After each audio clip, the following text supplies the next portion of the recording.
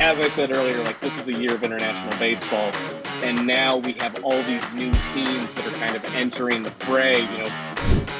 Just an unbelievable rookie season. Sometimes, those top prospects pan out, and he did it and helped his team all the way to the World Series.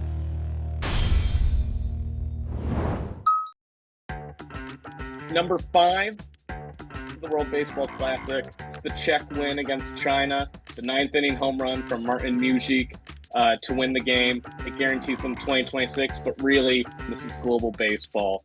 Australia won 2 games for the first time ever and took Cuba. They played Cuba so tough, they easily could have advanced. Italy got to the quarterfinals. Great Britain's confirmed a chance. As I said earlier, like this is a year of international baseball. And now we have all these new teams that are kind of entering the fray. The World Baseball Classic is about 20 years old now, and we're really starting to see a cycle of teams and the effects of the last 20 years of what baseball development in these countries can do. And we're seeing some of the best teams don't always win, can't always win. Great Britain upset Colombia. Colombia's a great baseball country. Italy played Japan so hard. China has had a development system in place for a very long time. So as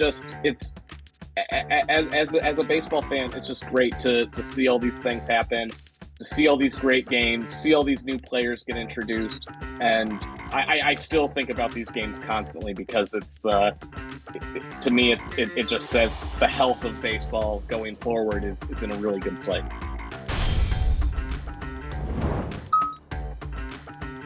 Okay, we're at number 4. Corbin Carroll's rookie season. I referred to it earlier. Brought the D-backs into a World Series. What is he? He's like 5'8". Things where he couldn't play football. He probably couldn't play basketball.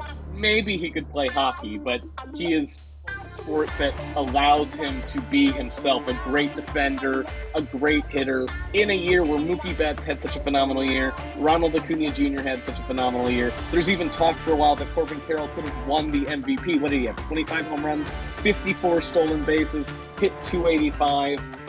Just an unbelievable rookie season. Sometimes, those top prospects pan out, and he did it and helped his team all the way to the World Series, which you can't ask for much more from your top prospect.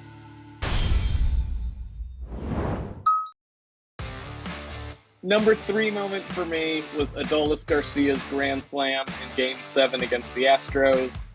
His whole postseason was amazing. 323 average, 8 home runs, 22 RBIs, and he even got injured at the end. And the Rangers still managed to win it all.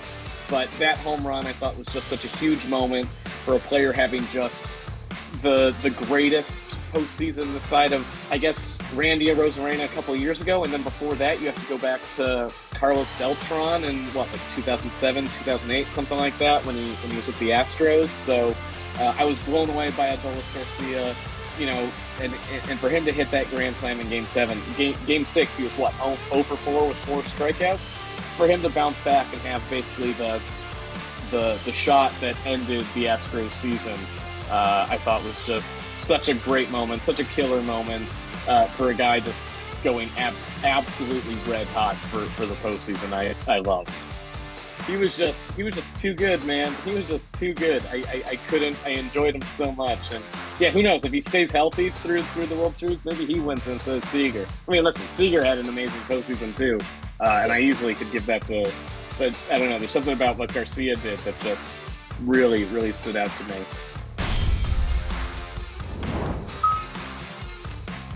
Number 2 would be number 1 any other year. Ronald Acuna Jr., 40 home runs, 70 stolen bases. The only one to go 40-50, the only one to go 40-60, the only one to go 40-70. And he was trying to do that. The fact that, and I know I've talked about the WBC a lot, but he made it clear that it was really important to him to play for Venezuela. He was in the Venezuelan Winter League last year. He was playing that night in the Venezuelan Winter League when his MVP award was announced. We talked about guys who love baseball. Ronald Acuna Jr. lives, breathes, dies baseball. He loves being out there. When you see him in the box, you can feel that joy and that energy. When you see him running the bases, you can feel it. And when you see just how many games he wants to play, you just get this sense that, kid in the backyard. When you were a kid, you never wanted to stop playing baseball. You didn't care who you were playing. You just wanted to keep going. And, he's one of the best players in baseball, and that's seemingly all he wants to do. So I always gotta respect that. And then my number one moment, you know what it is. It's still the same moment from just the Ohtani moments. Ohtani Trout. Nothing can top it. I can give you an 11th moment of the year if you want, to give 10 other ones, but Ohtani Trout is going to be my favorite moment this year. It's going to be my favorite moment next year. It's going to be my favorite moment 50 years from now. So I still had to put that on top of the list. I just, that blew me away so much, and I couldn't not list it again.